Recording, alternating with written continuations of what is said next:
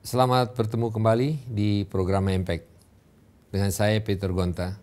Sekitar 3 tahun yang lalu, oleh karena kesibukan maupun kepentingan yang lain, program Impact diteruskan oleh kawan saya Yon Minofri. Dan saya mengucapkan banyak terima kasih kepada Yon karena telah bersedia mengisi program Impact ini. Perkembangan dunia pertelevisian sedemikian rupa dan sangat berpengaruh terhadap pemirsanya. Tentunya televisi banyak sekali berpengaruh terhadap situasi sosial, masyarakat, dan kehidupannya. Impact hanya mencoba untuk memberikan kontribusi pengetahuan umum bagi pemirsa di Indonesia dan melihat segala sesuatu dari sudut positif untuk kemajuan pengetahuan pemirsanya.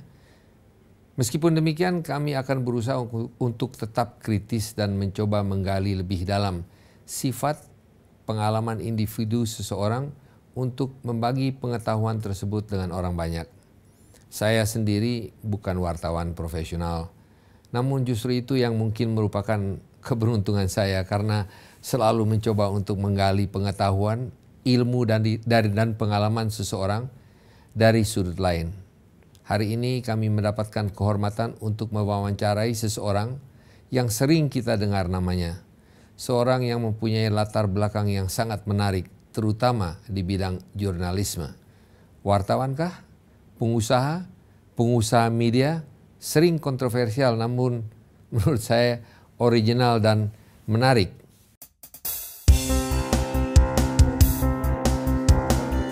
Ilham Bintang, pria yang dikenal dengan julukan Raja Infotainment ini merintis karir jurnalistiknya di Harian Angkatan Bersenjata.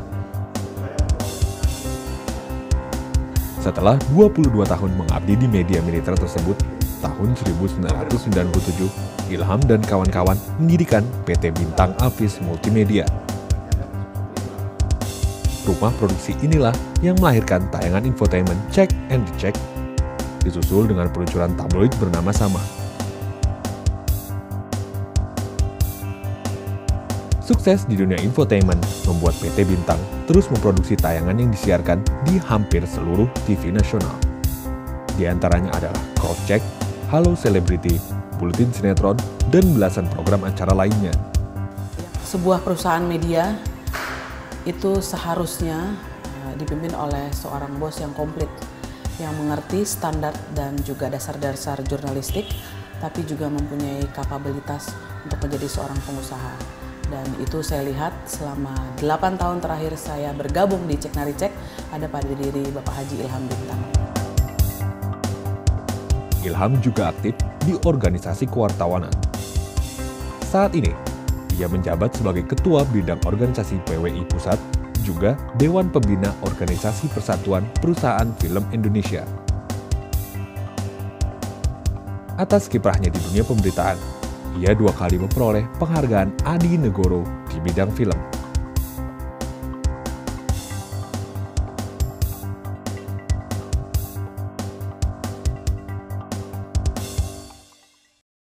Ilham Bintang. Bung Ilham. Ya, apa kabar? Baik, apa kabar Bung Ilham? Kabar baik, Bung Peter. Cerah? Alhamdulillah. Senang? Alhamdulillah. Sibuk? Ya, rutin. Bung Ilham, kita sering mendengar apalagi kalau kita berbicara mengenai masalah cek and recheck. Saya rasa tidak bisa dipisahkan dari Bung Ilham. Tapi banyak orang yang sebetulnya tidak mengetahui Ilham Bintang orang apa? Orang Bugis. Siapa suruh datang Jakarta? Siapa? Ini suratan nasib. Bagaimana Anda sampai datang ke Jakarta? Sebetulnya Anda ini dari Makassar, orang Makassar atau orang Bugis? Orang Bugis. Bedanya? Bedanya orang Bugis tinggal, kalau Makassar tinggal di daerah pesisir. Sedangkan orang Bugis tinggal di gunung, di kampung. Sering orang Makassar kalau dikatakan orang Bugis, kalau dikatakan orang Makassar, oh enggak, saya orang Bugis. Ya. Ada perbedaan? Bugis Makassar ya. Perbedaannya pada nggak beda banget dipisahnya. Tapi ada mempunyai satu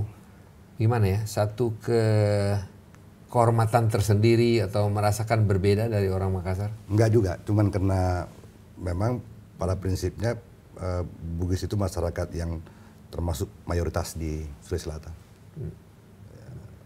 Ada dia mendiami di beberapa kabupaten. Anda dari Makassar, lama di Jakarta atau lama di Makassar? Lama di Jakarta. Kapan datang ke Jakarta? Saya tahun 69. Siapa yang suruh? Ya, yang bawa orang tua. Bisa menceritakan sedikit mengenai latar belakang keluarga Anda? Ya, saya dilahirkan oleh ayah seorang pengusaha sebenarnya, tetapi pada waktu itu juga sangat menggemari kehidupan sastra dan jurnalistik, sehingga kalau kemudian saya menggeluti dunia jurnalistik sekarang ini, saya kira itu adalah pengaruh yang saya serap pada waktu kecil, di mana di rumah saya sering begitu banyak wartawan berkumpul berdiskusi membahas masalah bangsa, masalah negara dan sebagainya. Tapi secara jujur saya ingin mengatakan bahwa sebenarnya profesi ini tidak saya minati sejak awal. Tapi Anda datang dari keluarga wartawan? Keluarga wartawan. Orang tua adalah penulis buku, budayawan? Budayawan.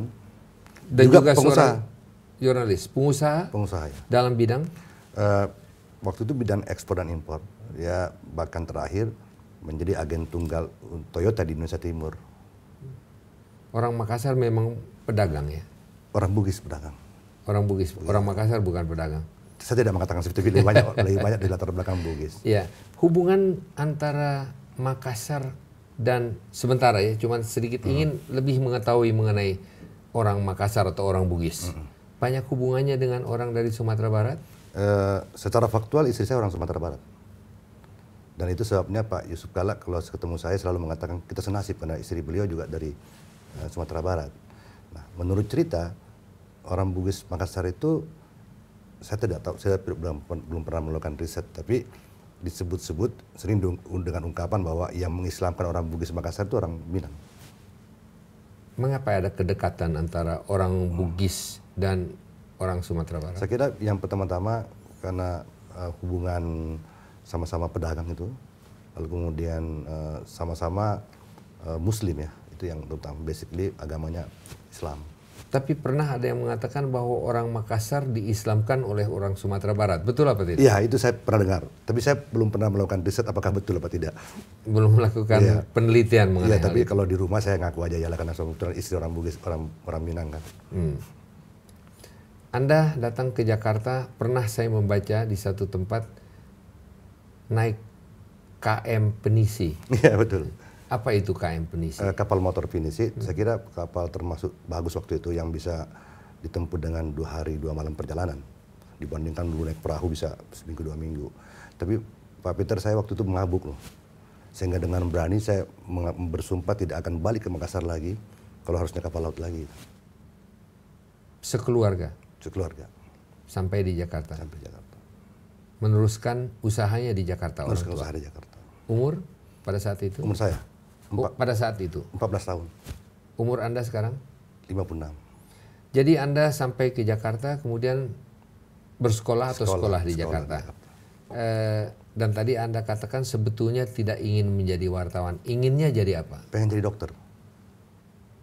Kenapa dokter? Karena itu profesi yang saya lihat sangat terukur, konkret, memberi kontribusi pada kehidupan kesehatan masyarakat.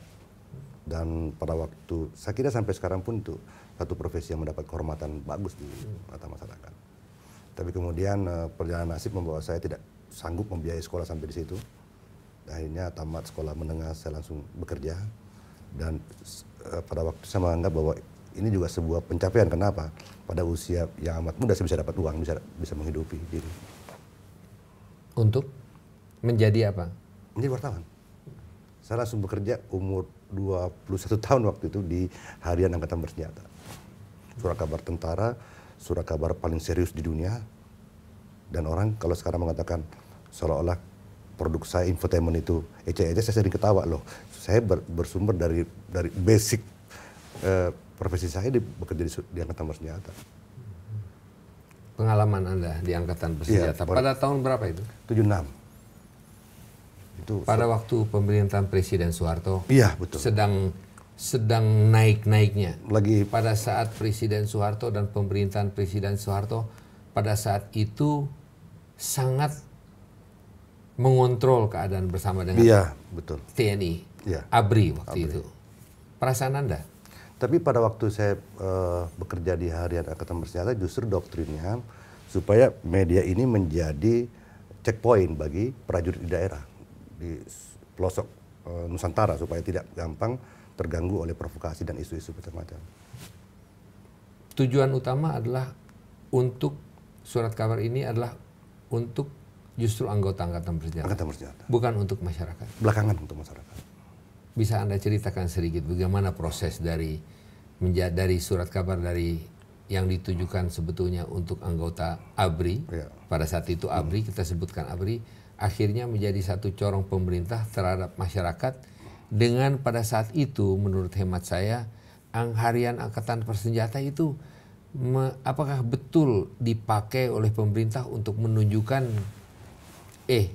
ini kita yang kontrol di negara ini? Oh tidak, awal-awalnya justru surat kabar itu dipergunakan oleh pemerintah untuk menjadi semacam checkpoint bagi prajurit yang pada masa itu tahun 65, 15 Maret, dilahirkan 15 Maret, pada waktu itu negara sebenarnya masih belum berakhir chaosnya gitu. Anasir-anasir pemberontakan G30 SPK itu masih sangat terasa waktu itu. Sehingga pemerintah perlu menerbitkan sebuah media yang bisa menjadi checkpoint bagi prajurit supaya dia tetap siaga, waspada untuk melindungi masyarakat. Tahun 76 itu? 75, 65 Pak. Surat kabar itu lahir tahun 65. Iya, tetapi Anda masuknya 76, 75 pada saat itu sudah berubah? Masih, tapi yang berubah begini, pada awal-awal itu 300.000 apalanya Pak. Surat kabar terbesar.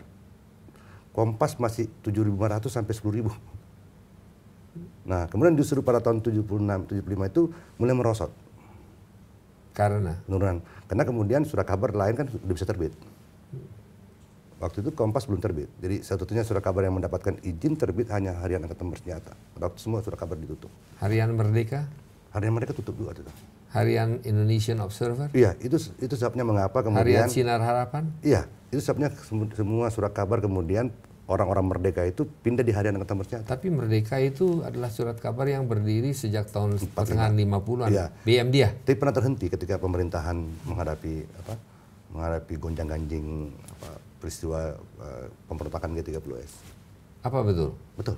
Karena pada saat itu BM Diah justru menjadi menteri di dalam kabinet Presiden Soeharto pada saat itu. Tapi semua surat kabar dihentikan pada waktu itu.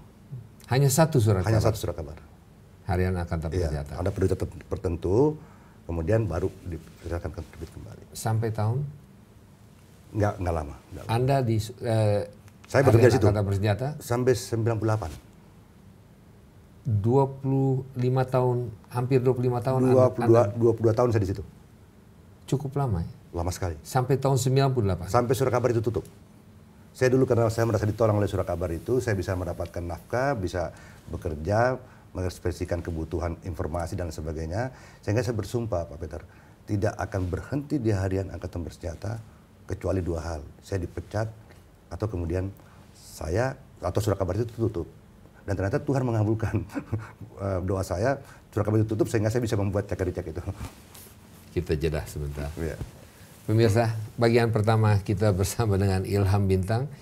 Saya juga baru tahu bahwa itulah background daripada Ilham Bintang.